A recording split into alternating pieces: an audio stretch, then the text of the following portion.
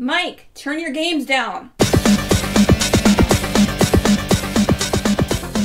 Hi, everybody. It was episode 151 of Games My Mom Found. I am Mike Albertin, and who's with me tonight? Hi, I'm Daniel Cabuco. I'm an art director, and I came out of Fresno, California. I grew up, and I was the art director for Rise of the Argonauts. That's the game that we're going to be talking about today, which came out in 2008. Yes, 2008. Made by Liquid Entertainment, which is, hey, thankfully, it's also on PC, which I'm always happy when things are on PC because then they're not really lost to time as much as when they're locked in a certain system. Yeah, you'll never find it now. Yeah. I actually own 3 copies of this game. 3 copies? Really? I mean, I bought them all cheap. I bought it for $360 probably in like 2010, 2011 off a GameFly sale, and then I went back and rebought it on PS3 because I was like, I want to replay this, and then I bought it on a Steam sale to play it on for the show. Yeah, that's awesome. So I am a fan of this game. Yeah, that's great to hear. Actually, I never really got the feedback on how the game was received as well, because shortly after finishing Argonaughts, I moved on to the game company. Okay. But yeah, it's good to hear that you picked it. No, actually, I had more fun than I was a little surprised, because sometimes when I go back to games, it doesn't always end up well. Robotech Battlecry, for example, but Yeah. well, that's 2003, and that's a different era, but you never know. So I was happy that I actually really enjoyed myself with this game. Was that the game where they morphed the transformations instead of actually transforming the robot? Yeah, Robotech's where they can transform into 3 different things. Yeah, I think on one of them, I forgot which one it was, instead of having the Veritex actually transform between their different modes, it actually morphed them between them. So it's like, that's not how that works. Yeah, that might be it. I can't remember, but I would not be surprised. Yeah. But it's also, I've also realized, Robotech Battlecry 2002, I also realized a lot of games from 2002 do not hold up as well as I would like anymore. It's hard. It's really hard because the graphics were, back then, what everyone called cutting edge. And, sometimes over time that just fades away. So it's easier to be nostalgic over pixel art. Yeah. Well, I mean, one thing I do want to say about Rise of Argonauts, for those that don't know, it is a action RPG, I think is the easiest way to put it, but it doesn't really have experience in the same aspect, which I like. It's a Greek RPG. You're playing as Jason and the Argonauts, obviously, set in that era. And I always am a big fan of these characters. So, that's one that gravitated me to this game back when I first found out about it. I'm like, I get to play as Jason and I get Hercules. I'm like, I'm all in. Yeah, it's really cool. And we tried to put a twist on it, too, because everyone knows these Greek myths. At the same time, they have a preconceived notion of what it should look like and what it should have been. And so we tried to kind of set things on its ear a little bit and present things in a different way. And I think you guys did a good job with that. Like, one of the first characters you meet in the beginning of the game, when you start out on Ilocus, I think I'm saying it right? Ilocus, yeah. Is it Hercules? And my Hercules is always going to be Kevin Sorbo. That's sure. just the Hercules I remember. But I really like this version of him where he's just this giant hunk of a man with just huge arms, because it, just like Andre the Giant, but even bigger than that. But it fits Hercules. That's how Hercules should look if you look at the myth. Right. Yeah, I decided to make something just really, really powerful, and I just made him like over the top huge. Oh, yeah. But it works. I mean, I think it's a very good adaptation of Hercules. I mean, to me, it fit, and also fits. Like, when I was playing this game, even just in the early on, I'm like, this game is still really beautiful. Yeah. Thank you. I really appreciate that. We did our best to really try and, we didn't have a very big team, and we did our best to really try and make the graphics as good as we could. But we had a lot of rock stars who, on the environment art side and on the character side, these guys are now giants in the industry. So it's really great to have worked with them and early in their career. So it's shout out to everybody who worked on this game. They were amazing on it. Well, it's still a very pretty game, and that's one thing that I picked up on right in the beginning. Just the way that, because another thing about this game that I thought was also very interesting is that it has a lot to do with conversation. It actually reminded me a lot of KOTOR. So yeah, that's one of my favorite games to kind of reference too. Okay, because it just had that feeling, because you have all the dialogue trees where you can decide how you say things or what you say. I don't think it mattered a huge point, it felt like, but I would always go towards certain gods, because I like Hermes a lot for some reason, so I always kept going towards Hermes. He's the witty one, the witty responses. I think that was one thing that was cool about it, though. It wasn't necessarily the rewards you got for doing it, but just the experience you had of doing it. That was sort of part of the philosophy, is like, it should be just as much fun play this in any of these modes and just get different reactions from people and just try different things, as opposed to try to get some end game reward. I could never do Ares though, because I couldn't be an asshole. Yeah. I mean, I'm the same way in Mass Effect. I always say I'm going to play it Renegade, and then I can't be evil in games. I just don't like to do it. Although, if you take a different pause with Ares, it's just that you're more direct and militaristic with your responses. So, not that you're mean per se, but you're cruel, kind, so to speak. Like, super honest and always be, like, very forthright. It fits Ares, though. Yeah, that's the thing is, like, the gods aren't evil. They're just different aspects of humanity cut down into these 4 categories. I like the different responses. I usually would go with it. Would also I would try to choose my responses based on what island I was on, because you have these different islands that you go to, which again maybe think of KOTOR instead of planets. You're going to islands, but like one was a Hermes island, one was Athena, one was Ares. So I would try to pick the answer that would fit the people that I was talking to, what god they represented or what god they worshipped.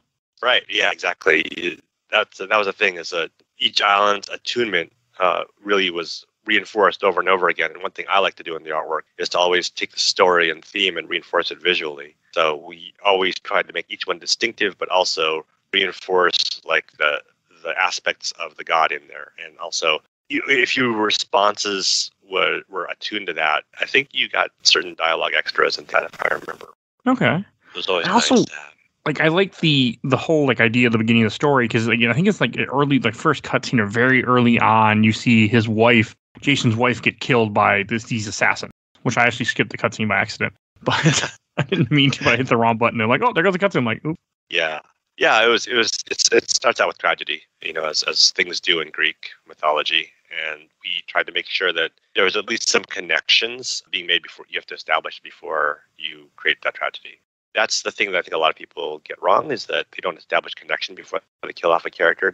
And it was really important for us to at least establish a connection, that you felt loss. Because he's going on this great adventure all for her. So, despite the lessons and friendships made along the way, he is doing all of this to resurrect her. So it's a really cool storyline in that respect. She has to be interesting for that to happen.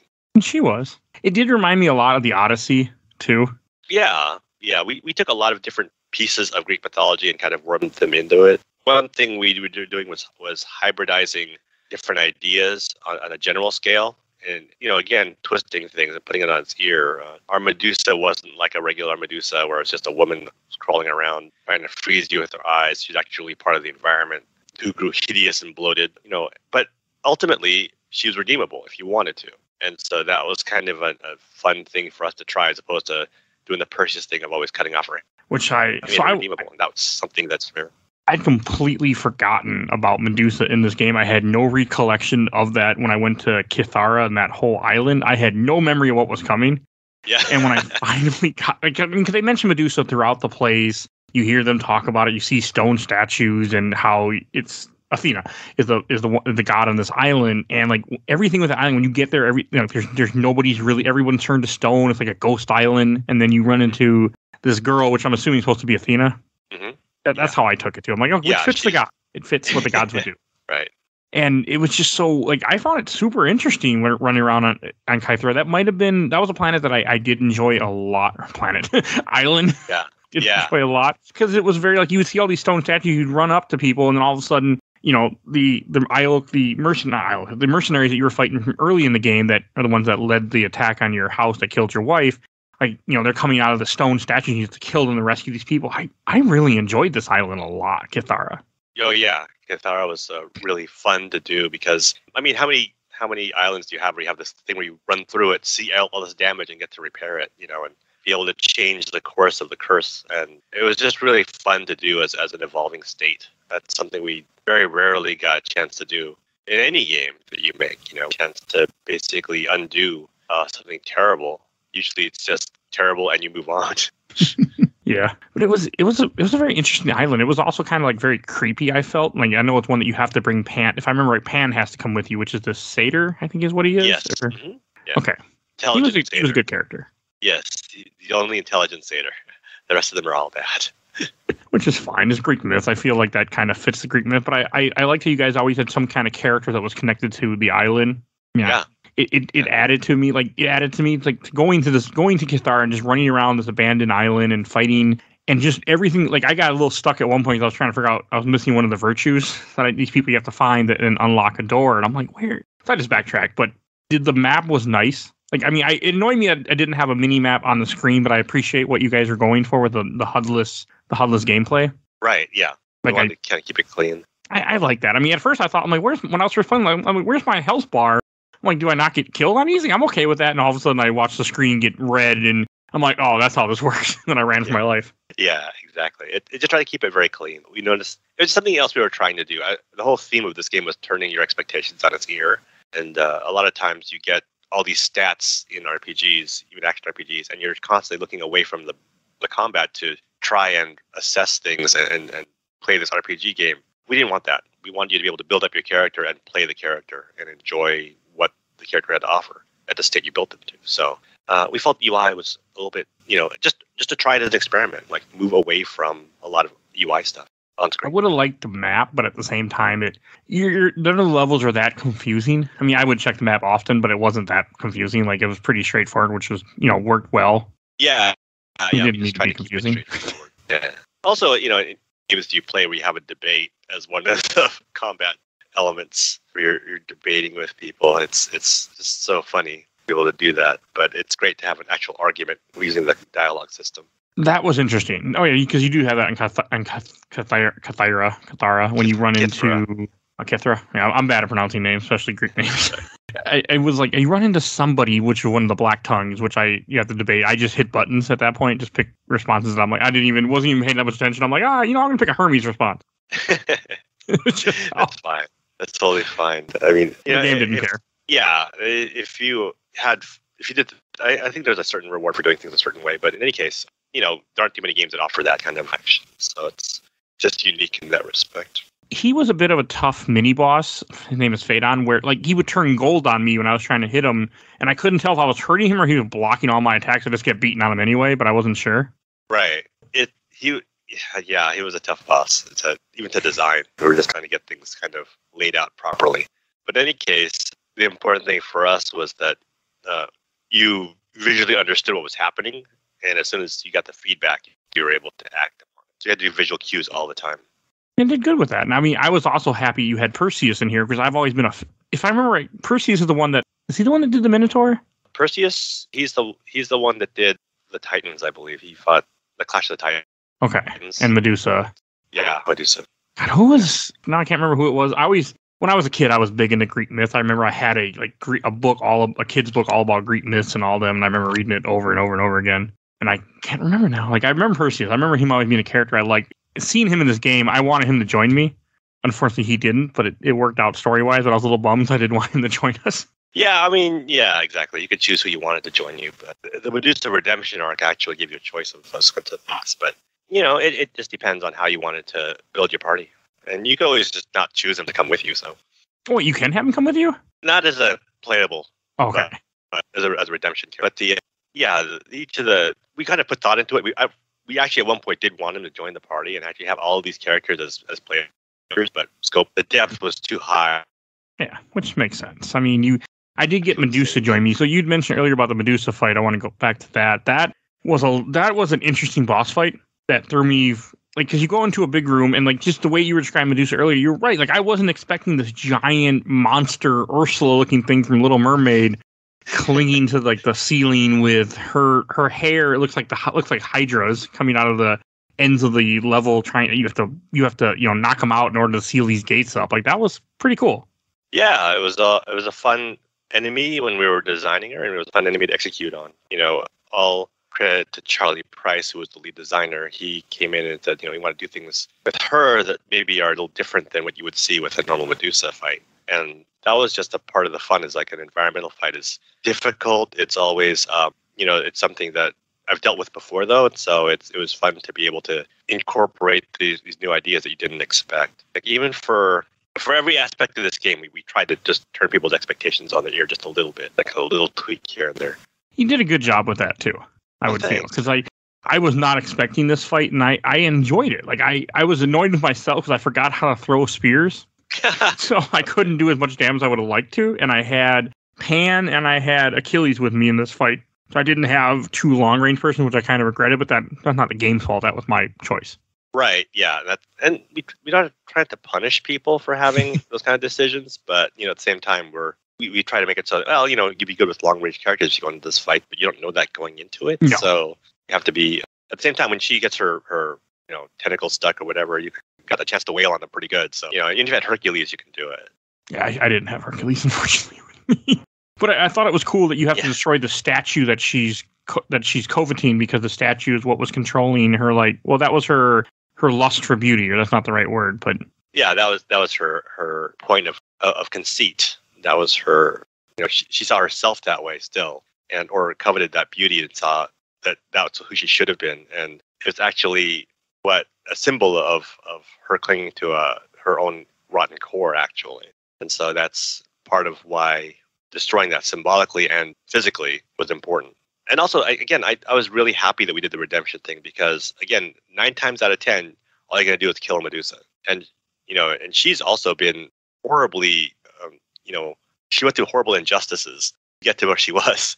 Yeah. Poseidon didn't give her a choice, so it was kind of the funny thing where we're like, okay, I get it now. I see that, we can give her a redemption arc and it will work. And that's important for us. We wanted to make sure that she had that, at least a chance to be able to become something more than what she was. And even leading up to her fight and everything, you run down the hallways, which I just kept running, but I was running out of time to beat this game for the show, for this episode. You would see them talking, you would see her talking with the Black Tongue Phaedon, or, kind of you could see him corrupting her and turning her into what happened. And I like that, because it gave you more story of how this character, and you're right, it is nice to see Medusa not being just evil Medusa. When I think of Medusa, sometimes I think of just, like in the original Castlevania, it's just a 8-bit head that you got to kill, or something of that nature. It was nice to see a different fight than your normal, what I'm used to with Castlevania. Right, exactly. That was part of our fun with it.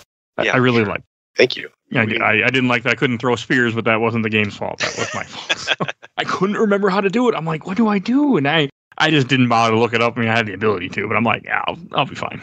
Yeah, there have been times where I've stopped playing a game for a long time and came back to it, and it's usually right before a boss fight, and I'm like, I forgot all the controls. What do I do? Mm-hmm. There's a couple games, if I ever play Dark Souls again, that's one game you cannot. So once you start, you can't stop, because if you forget, you're done. True. Yeah. I had a friend who stopped playing Arkham Asylum, or Arkham City rather, right before the big boss fight with Mr. Freeze, and you have to use every mechanic against Mr. Freeze. So it's like, if you forget how to do that, then start earlier, refamiliarize yourself or something. Yeah, it won't go well, because you won't remember what to do. Exactly. But it was. Yeah. I don't know a whole lot about Athena, from the Greek god. That was not one that I studied as well, but I felt her island did a good job of representing her. And it was all about the justice, and you even have people that are in stock that are going to be murdered, that are going to be killed, and you have to go there and be like, oh, hey, we found the actual murderer. I thought that was cool, and you get to make those decisions also. I think it felt the god very well. Yeah, got it. It's a theme, right? So hers is justice and victory, intelligence. All these things are things we associate with Athena. So we had to take those themes and kind of weave them into the design narrative and the visual narrative. Even her symbol is kind of a play on the scales as well. That spear, symbolically being the leverage point of the scales. So it's, we just took those elements and kind of weaved them in. But yeah, she was a lot of fun to work with. And for people who didn't know Greek mythology, it's a chance to at least kind of familiarize themselves and learn something. I think people who thought it was maybe a bastardization of her or something like that, or didn't really look into it much, because honestly, she's pretty faithful to who we interpreted her as when we were reading about her and thinking about the general themes of who she was. And because oftentimes a mythology or a story is a very simplified form of what happened. So, to stick to a mythology is really kind of limiting, because there's a lot of subtlety that gets lost. And so we wanted to give that subtlety back to the characters, even to the gods themselves. I think you did a good job of that. And the worlds weren't too long. None of the areas I felt like really overstayed their welcome. No. Kithara wasn't too long, but I liked the pace of it. Yeah. I was happy with the fighting and the decision making for that one. Yeah, I think we had pacing issues on some of the islands, but that was we just didn't have enough time to tune as well as I would have liked. But I think that Mycenae and Kithra both had really good pacing. I thought they were a lot of fun. And just one thing, you said you did all of the gods' reactions in their island. I tried. Yeah, if in Mycenae you do all Ares responses, there's definitely one where you get this really wonderful Indiana Jones moment where you punch somebody in the face, and it's just a great moment. And I hope you got a chance to see that. If you didn't, go back. I didn't do because I did Mycenae first, and I didn't do Ares because I didn't like the way Ares talked as much. So yeah, there's one where you're on the docks and you're confronted by these black tongues, and basically they're wearing those Greek theater masks that we modified, which was another design idea we came up with. And basically, there's one scene where we keep the camera right on Jason's hand, and he folds it up into a fist, and you follow with lung, you punch the guy right in the face, and it's awesome. I don't think I can't remember if I did that or not, because I might have done Ares, but I know what you're talking about. I remember that, but I can't remember if he just drew his sword and we were getting ready to fight, or if I punched him. Yeah, it's a great moment. I think if you choose dialogue tracks on that again, if you ever get back there, try all the Ares responses because they're okay. They're I'm sure I'm knowing me, someday I'll end up playing this game again. Yeah. I also was impressed by because the one we just got done talking about. God, I can't think of the name now. Kithane was more like you had like this forgotten world where you go to Mycenae. It's very much it's a city, and I thought I liked that. Like that was an interesting take. Like there were a lot of different side quests you could do where they were just talking to people and telling people go here, do this, or this person, I'll go help this, or I found this. But I enjoyed going to the town, and it's interesting how because Jason's wife was the daughter of Ares, or one of the daughters of Kingdom of Ares, right? That they hate him when you first get there because they blame you for letting her die. Oh, exactly. That was like one of the fun little twists we had in the story where we were actually, this tension exists because, she was the daughter of the king of Mycenae and, she died under your watch. So you're going to get blamed. And it's a fun idea to be able to switch that around and be able to play it. Because it was on her wedding day, right? When she gets killed? Yeah. Like right before the wedding? Yeah, exactly. Okay. Because I skipped, like I said, I skipped that cutscene by accident, so I was a little confused. Wasn't on purpose. Right, I was in the middle of saying their vows, actually. Okay, I missed all that. Ceremony itself. I hit start or I hit A when I didn't mean to, and I'm like, shit. In the game, and I told myself, I'll go watch cutscene later. That didn't happen because I forgot. It's all right. Even with that, I had enough of the story that I still was enjoying the game. Like I figured out what's going on. It was fine. But Mycenae I thought was very interesting. Like just the way that the guards, everybody talks to you, and as you progress, like the whole thing with that island is that you go there to meet with the king, and you have to prove that you're innocent by fighting in a tournament. And I had just played Shadow of Rome not that long ago on this show, earlier this year. So I was like, okay, I'm like another Colosseum battle. I liked the way you did Colosseum battles in this. I thought they were interesting. They weren't too long, which was nice, but they were interesting, the combat and the way it's set up with the story about how the king is pretty much setting you up to lose because, well, he hates you because you killed his daughter. It blames you, which fit. Yeah, and there's also a corrupting influence. There's like that worm tongue, kind of influence as well. But yes, which I like that you had people on almost every island that were kind of, doing that whole Lord of the Rings thing where they're like, corrupting the king or corrupting whoever. Yeah, that had to be in order for you to eventually, like a character can't be wholesale evil or wholesale against you. It's a point of view. And if you find a corrupting influence, that makes it easier in the game. You actually be able to focus your energies on. And also one interesting fact for the Colosseum. Oh, sure. Go ahead. Oh, I was going to say, but when you get to I'll go real quick. When you get the Colosseum scene, you see Daedalus, which I like that you guys included him. I've always been a fan of his myth with the wings of Icarus. Yeah. Again, that's another twist we put on him. Making him the smithy and making him just that wonderful characterization that he has for building stuff, and that deep booming voice we got. It was just an amazing character to create, and I think we had a lot of fun with Daedalus. And having him board your ship, and gathering these people who you meet as interesting characters. It's just, I think that was one of the best parts of the game, is just that you meet these really wonderful characters and they join you. Like, I really enjoy talking to you. Great, I'm coming aboard. It's like, oh, great, come on. That was very fun. Yeah. And one of the interesting side notes about Mycenae is that the Colosseum is square. If you look at it, it's a Greek theater. It's not a Roman theater. Roman theaters were round. Greek theaters were square. So because it's ancient Greece, they hadn't invented round Colosseums yet. So they basically made that whole arena square. Okay, I didn't catch that, but that is cool. That makes sense too. It's something I think that a lot of people didn't realize is like when people look at ancient civilizations like Greek, they think it's all stone and people just hung around in togas. Honestly, people like being comfortable. And so things like giant carpets would be laid across these things. Statues would have clothing on them. They'd be painted. And over time, these things are lost. The soft things are lost. So if, for example, you were to look at a skyscraper in 1,000 years and didn't maintain it, all you'd see are these like weird concrete towers, with no windows, and everything would be like, cubes inside. People like, did people just live inside this? How did they live? Because all those soft things would blow away over time. So we tried to reestablish that. We did a lot of historical research to look at how people lived back then and what they would use. And so we try to add innovation and intelligence to everything to make sure that people didn't feel like, it's not medieval, it's Greek. So there's a lot of intelligence behind it. Even on the Iolcus, there's a lot of machinery there. Like there's a corkscrew pump that pumps water up from the ground. Really ingenious.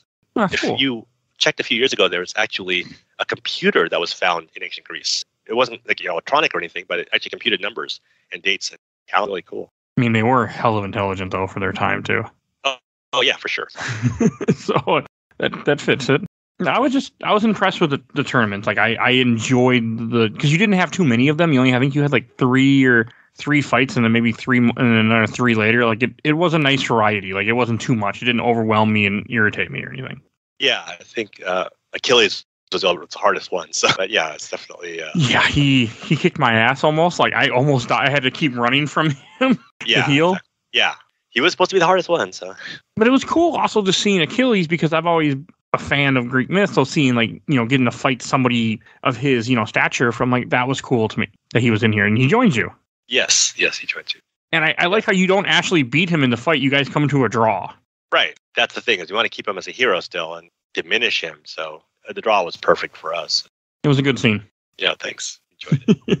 And then and the way it goes, like this whole as you continue on, you end up having this whole tournament to decide who's going to be the king, and you have to go, and then you kind of convince Achilles to join, and as you're fighting, and like you said more about like the worm tongue, where this guy is corrupting the king, and he eventually I think gets stabbed by the king, was it, or he gets hit in the face by the king? Yeah, he gets the mace.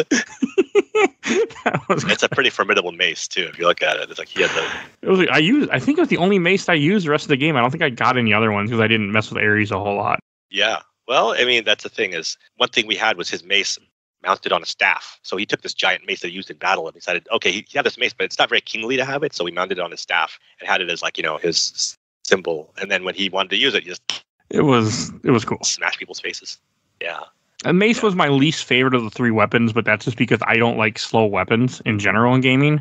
Right. Yeah. But you do get smash armor and heads. So if you like destroying armor, it was really good at destroying shields and heads. It was. I used it for all shields. Whenever I fight people with shields, that's when it came out, and I was taking them out that way. Yeah. Because that was the only that was the most effective way to take out a shield enemy. Right. Yeah, and it was fun. It was satisfying. Just smash them in the face with the mace. Yeah. Exactly. I did enjoy it when it hit their faces and it just goes a little the bloody splurt. It was like, okay, this is still cool. Yeah. Even all these years later, this still looks cool on here. Yeah, and it was funny because in the design sense, once we had the mace working, we actually tagged that property onto Hercules' hands. So when he punched something, he punched with the force of the mace, and he would just explode people's heads. So if you ever see him in combat, you'll see him just popping heads. It's pretty funny. I didn't see that too much. I saw him grabbing people and hugging them and squishing them. Yeah. We had to turn it down a little bit because he was just destroying people with it. So we're like, okay, just tone it down a little bit, AI. But it was funny. It also was interesting, with the AI all have their own health system. They don't have a HUD. I saw that over time I'd see Hercules be covered in blood and his eye would be all screwed up. Mm-hmm. I didn't catch that until right before he died one time. But I liked that you guys did that. I thought that was a cool touch too. Yeah, that's part of the thing is you got to have again, visual cues. We wanted to make it sumptuous visually so that if you decide to pay attention to something, you actually be rewarded for it. And that was just, it didn't always have to be there. We didn't want to beat people over the head so they could see it, but we wanted to necessarily just put it there so people have something to do during their multiple playthroughs. Or, even during a single playthrough and they got bored, whatever. Which happens a lot for people, I think. Yeah. So. Yeah. We just try to layer it. I mean, my job was to add visual interest to the game and to interpret everything that was being said and reinforce it visually. So if you caught something like that, that's a testament to the artists, and I'm grateful because I had a fantastic team to work with. I want to talk about my favorite island next, which is Saria. I really like your jungle island in this game. Saria was great. It was a lot of fun to work with. It was an island that I don't like. I didn't know if Saria. I'm assuming Saria is from Greek myths in some form. Mm-hmm. Yeah, all of the islands exist in some form. Okay. Maybe not. We kind of shuffle the associations around just so that we make it clear and easy for the player to digest. Yeah, no, it makes sense. But when I hear Saria, I think of Ocarina of Time. Oh, right, yeah. I mean, it's not. That's just that's always been great in my head as an early game that I played and Zelda. But it was cool to me I'm like, oh, Saria. Then it's the fact that this whole jungle island, and I I liked it when you get there, you have centaurs that you run into right away, and that's the townsfolk. It was cool to see someone that weren't human. Right. Instead. Yeah. And that was really hard for us because at the time, especially for that level of Unreal, doing four-legged enemies was really difficult. So it was something that we experimented with, but we really felt strongly about the characters that were in the game, and we had to have them actually. They worked well. I mean, it was cool having that town, and then you're fighting the satyrs or satyrs mostly in here, and like this whole idea that this forest is kind of corrupted for some reason, and that all these centaurs are hunters, but they can't go out there because it's not safe anymore. And this is Hermes' island too, which I like that. Like you have the scene midway through the island where you find Hermes' fruit, and you eat the fruit, and you get to see the dead. Right. Yeah. That was a nice touch. Yeah. Again, there was that sense of going through the island a couple of times. A new power unlocked, and then being able to resolve a lot of stuff. It added to it because the areas weren't super big, which I did appreciate. And I didn't mind that the enemy types were because you fight these Tartarus fiends on almost, I think, all three islands, which are these things that were summoned from the dead by the Black Tongue, which I thought they were fine too. They were kind of a cool little thing to fight. Yeah, we tried to make them looking cool, and it spiced up the combat. And is Atalanta? She's from Greek myth too, I assume. She's the girl that joins you on this island. Yeah, Atlantis from Greek mythology. Okay, I don't remember her. Huntress. Yeah, she was. If you, that's the thing is if you're curious about these after you play the game, it encourages people to look it up, and you get to see that she's a huntress. I think her name means something like equal weight or something like that. It's supposed to be about justice and about balance with her. But she's really cool. She's I think she was goddess of speed or running. That's why we put her on the island of and Hermes. Hermes, yeah. No, she was a character I used a bunch once I got her because I liked having a ranged character. Yeah, she's great. She had a bunch of cool arrows. You could do different things. She was Hawkeye before Hawkeye came out. She was one of my favorite characters to use. Like I used her for the end. I would use her and Hercules a lot. And I have a thing for Achilles, so I used him a bunch, but I tried to switch it up and have Jason and Achilles or Hercules being my melee and then having one range to make it easier. It was nice the game let me do that. The game let me choose who to have. I was just fond of her. I just thought balanced weapon. Yeah, the game balanced well. I felt that it was balanced fine. Yeah, for an older game. The game kept Jason as the weapons master, and he was the crux of everything. And then from there, we wanted to make sure we didn't make redundancies with the characters. So Atlanta was range, Hercules was pure melee, Achilles was skill. And he had a little bit more range and a little more speed, but not as much destructive power as Hercules. So and Pan was just he's a spellcaster. So there was a lot of different aspects there, and that was what we wanted to have as this key of different aspects of combat that you could mix and match in order to balance your encounters. I thought it worked well. Thanks. Yeah, there's definitely an experiment, but a lot of. And also on Saria, another thing that I found just very interesting was the whole, as you progress through this island, you find out that actually the lead centaur, the one in charge of this island, the leader of the tribe, has actually been corrupted by the Black Tongues and had joined them, and he's the reason for all these issues here. Yeah, I like the thing is at the end we had to have something to resolve the mysteries, and it was I thought a good way of setting that up in Saria. He was a fun boss fight too because he was a little different, where he would kick you away and then shoot ghost things at you. You had to dodge and to get to him, then hit him again, and then he'd repeat the process. Yeah. And he had this charging at you with those lanes, and you had to know which lane to dodge to in order to get around. It was skill based. I liked it. No, I'm glad. And one thing we haven't really talked about is that each different island, they give you different equipment that you'll get. You'll get different spears, different swords, you'll get different maces, different armor, and they all have different qualities that would make them respectable in combat, because the game can be played in any way you want. You can go to whatever island you want to out of the three. Mm-hmm. Yeah, we really tried up the game on each piece of armor too. Really try to tell the story of the island. If it was island-based armor, really tell the story of that island and that armor. And I thought it fit like that. And the weapons too. You get the really good spear from Perseus, which makes sense. I felt because I feel like Perseus had Pegasus, but maybe I'm wrong. I can't remember. I don't remember my Greek myth as well as I'd like to. Yeah, Perseus had a lot of gifts of the gods. Okay, was he the one who had the flying shoes too? Yep. Okay. Yeah, because Perseus was the one that killed the Manticore, if I remember correctly. He puts the iron on the tip of it, so when he shoots the spear down his throat, he eats the iron. Right, yeah. Yeah, the Manticore too. It was It was, and like then you find out that this centaur is the one that's controlling this. Was it a manicore in this game? Yeah, Manicore, yeah. That's killing all these people and killing the centaurs, and that's what, and they kill it, but the idea that it's going into a different plane of existence, into the land of the dead to get away from people, and that's how it's escaping death. Like, I thought that was all very interesting too. Yeah, and Nessus being the Beastmaster, of course, was in charge of it, so it worked out pretty well. Yeah, it was very. I enjoyed it, and like just fighting him was fun. And then when you find out that one of the centaurs in the town is actually a son of Hermes, I think, or something, bloodline of Hermes. Yes. Because the idea wasn't you're trying to find somebody of each of the gods to help you find. Because earlier in the game, you go to Delphi for a small scene that then leads you to go to these 3 different islands to then find. You're looking for the Golden Fleece this whole time. Yes. Which I like because that's also kind of what Jason, I think, is most well known for, is looking for the Golden Fleece.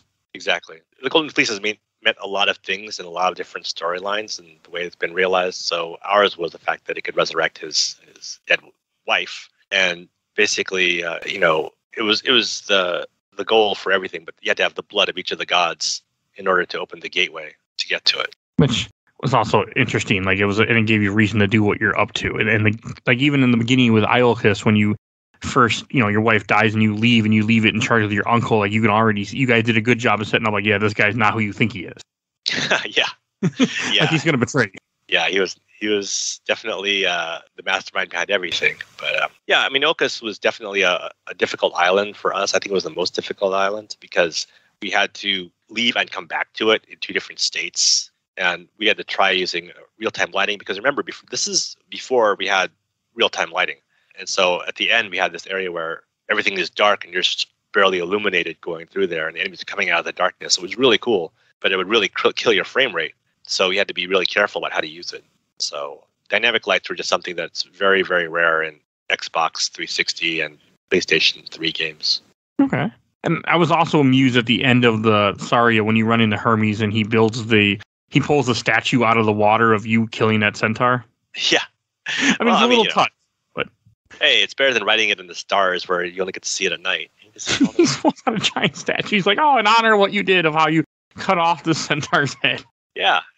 Everything has to be heroic and epic and acknowledged to the player. And adding those things allowed them to at least feel the sense of accomplishment and victory. And I know we talked a little bit about it earlier, but I want to kind of touch on it more. Like the way that the experience system is in this game is where by killing so many enemies with said weapon or picking certain dialogue options or completing a side quest, you'd get, what were they called again? Deeds, I think it was. Deeds, yeah.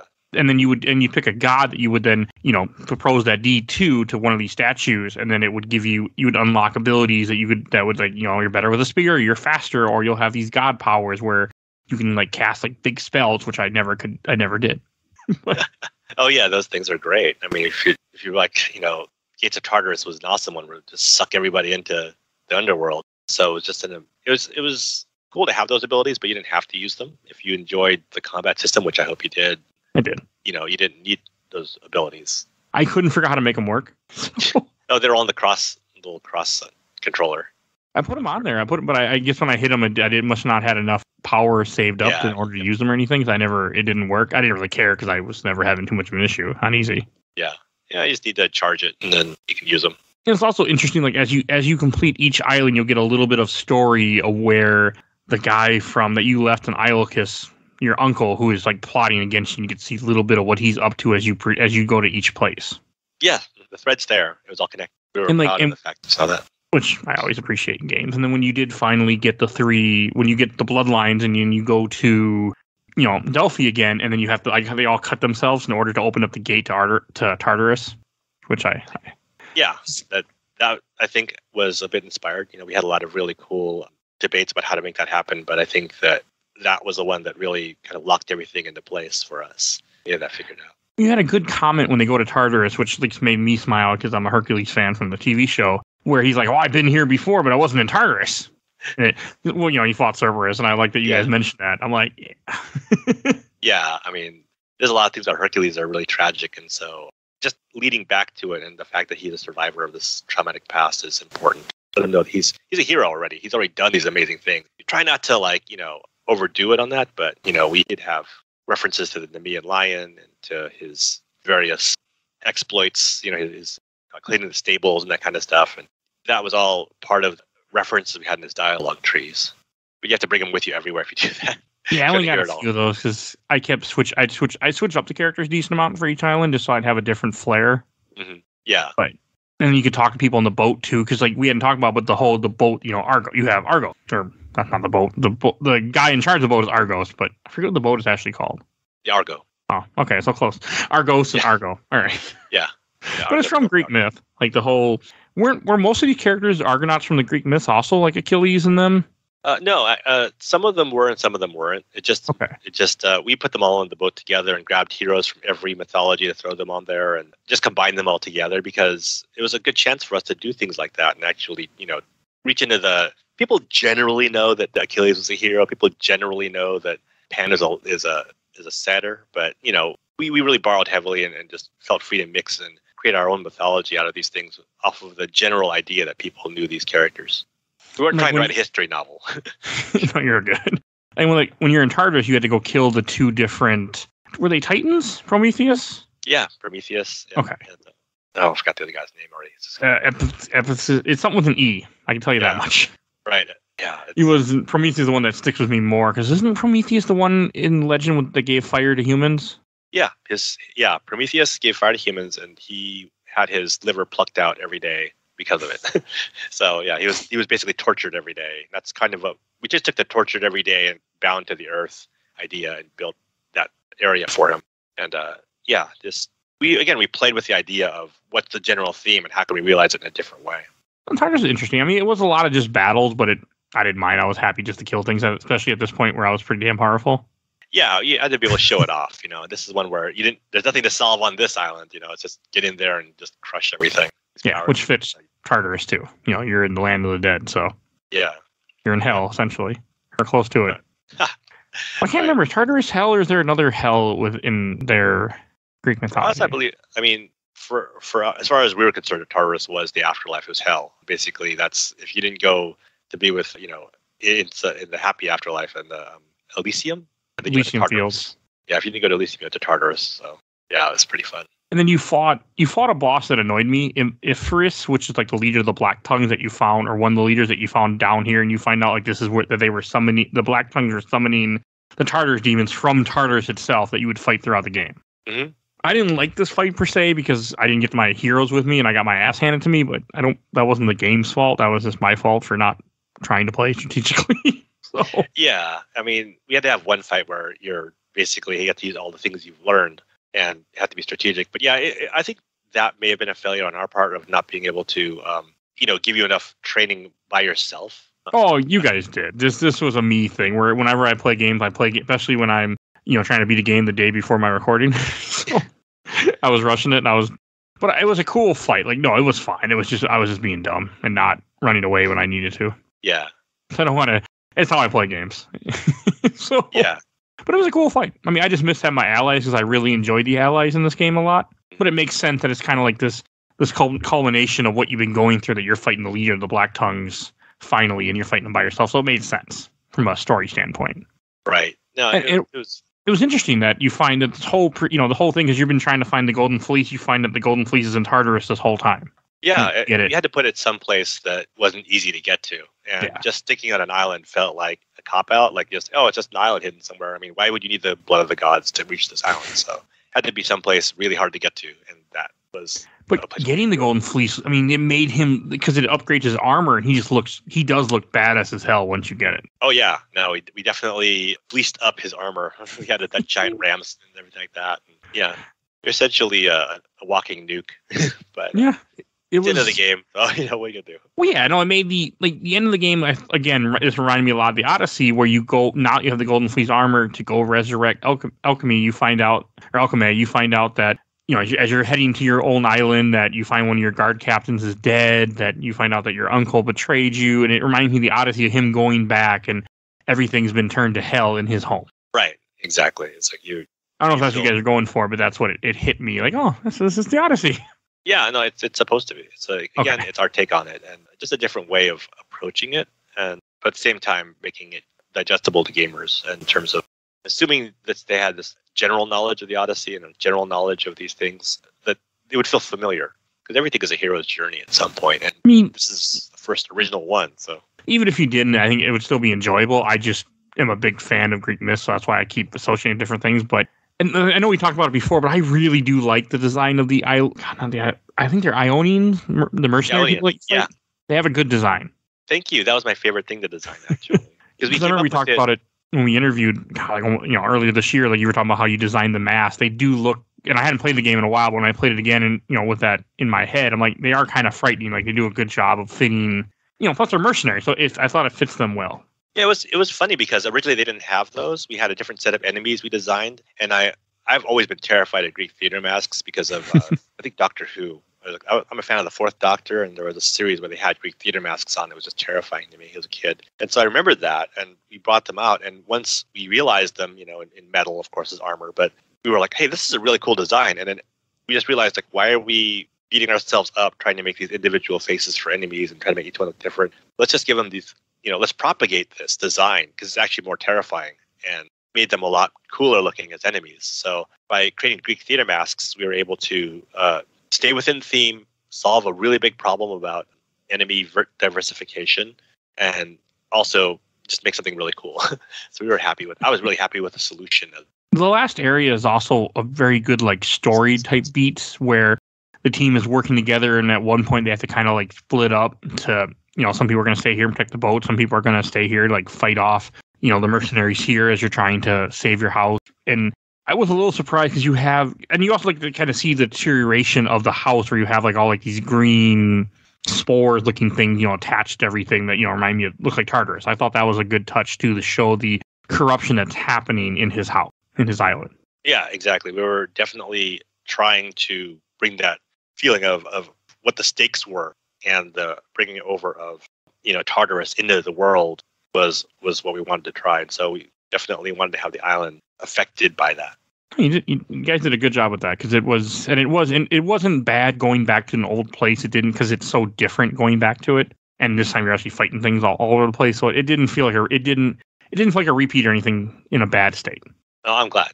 That was our point. It's like we thought, hey, let's try to come back to it and actually create these differences, and then at the same time, have the familiar points of everything you do. And that's kind of why you stay on the Iolcus for so long at the beginning, is just to try to get that contrast at the end. It's like, I worked really hard to make this island big and strong, and apply justice to it, and then everything just goes to hell when you come back. And you have a real sense of what did you do to my stuff? Yeah. And I got tricked a little bit by the game, because you get to the final type area, and then at first you see the one of the black tongue people that you have been dealing with, that the assassin one, and you kill him in a dialogue tree. And I was like, yeah. Okay, is that the final fight? And I thought I beat the game. I'm like, okay, the game's just about done. And then you go in the mausoleum after you, and I like that you guys didn't do a boss fight for him, that you just had him kill him in dialogue, essentially.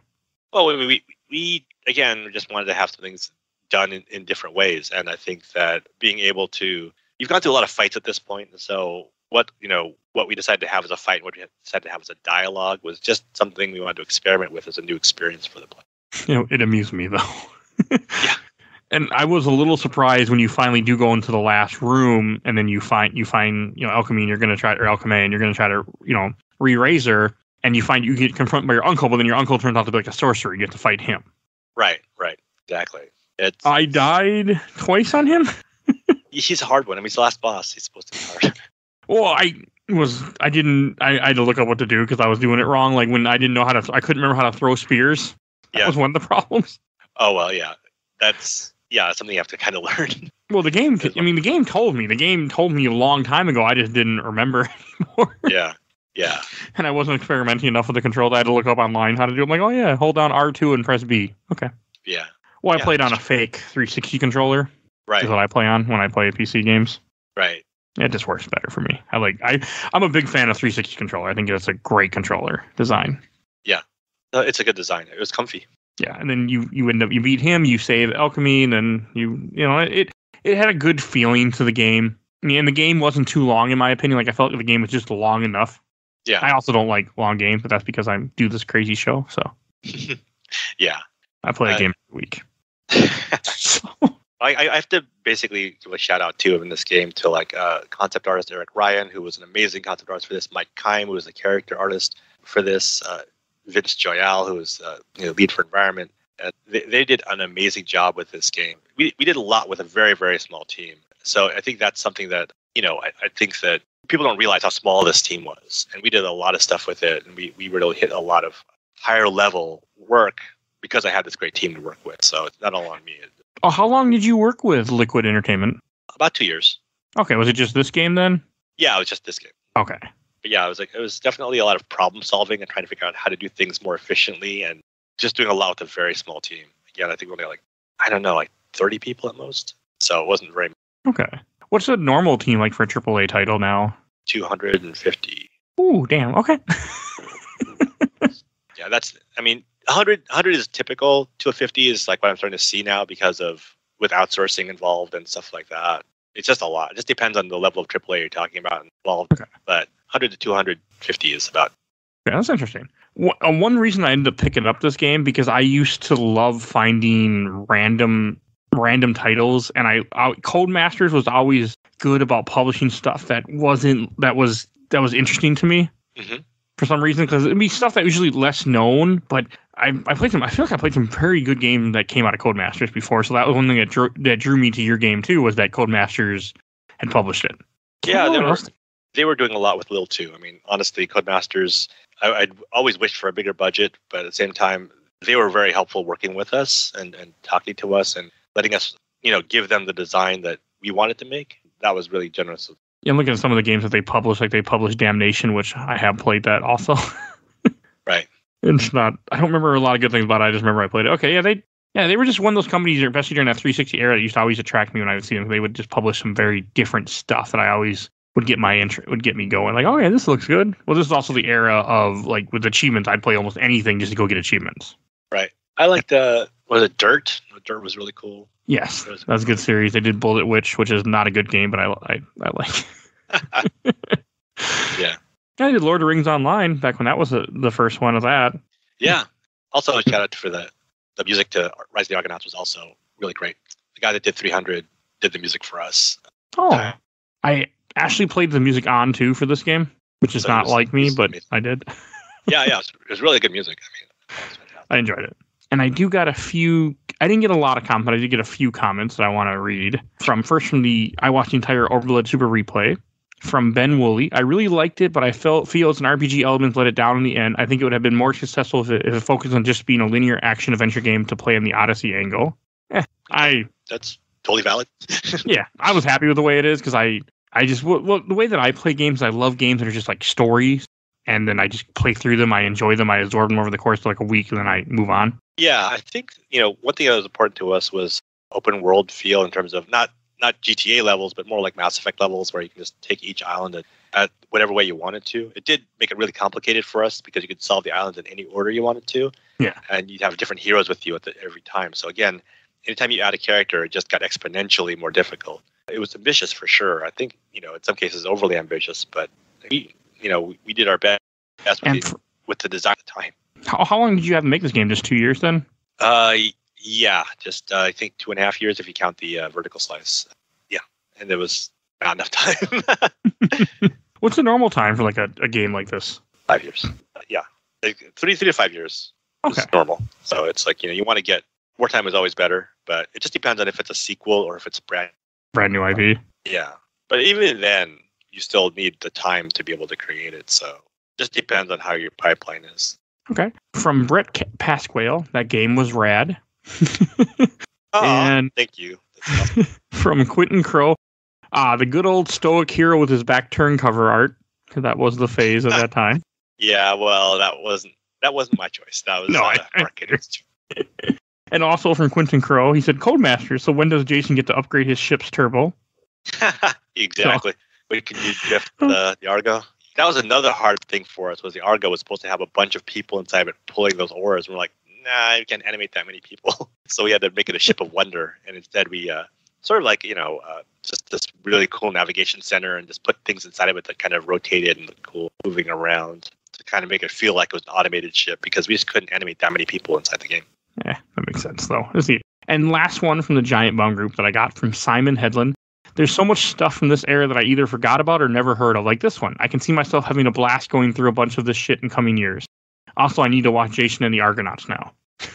Yeah. And that's the thing is, if this game spurs you to actually like look up these characters, then I think we've done our job, because it's just to make it entertaining. You can see where we deviated or where we borrowed and kind of blended it all together, but it was all done in the sense of wonder and adventure, and to try and get people interested in this thing and kind of re-examine, what they know about Greek mythology. Yeah, I mean, it did that well. I mean, definitely. I mean, this has been a game that I have been talking about to people for years, trying to get people to play it again. Oh, great.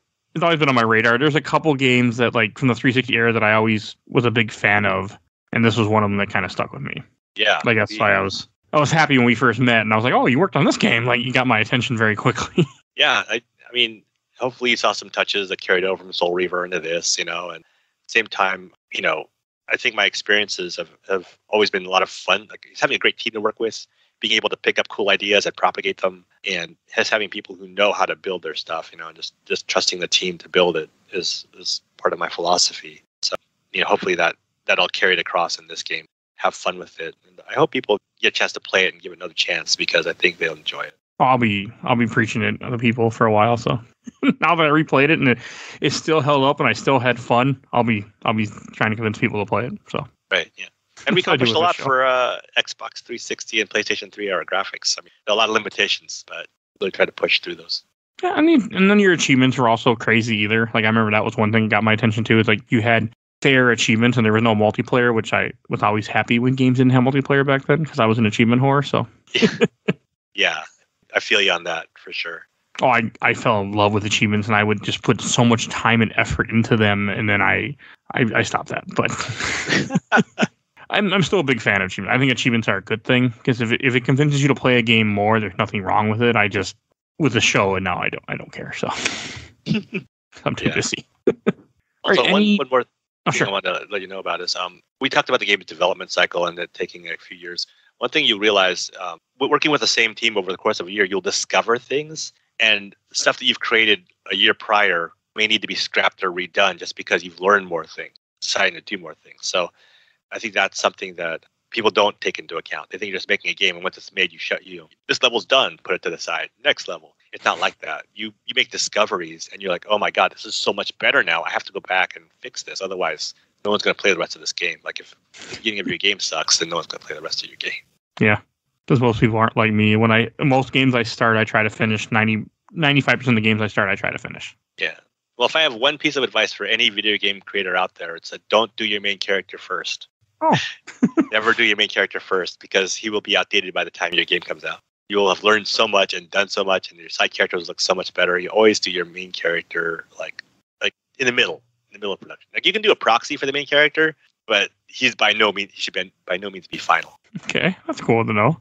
Yeah, we tell people this all the time, and I always tell people this, but some people just don't listen. And it's funny because you can tell. It's like, oh. So I'll have to look into that. I'll look at that when I play some games, see if I can catch that with people. Yeah.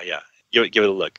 You'll see. Like, either some piece of armor that they originally started with, or something that they did was like doesn't look as good as their later pieces. You're like, okay, I can see what happened here. There's a learning curve.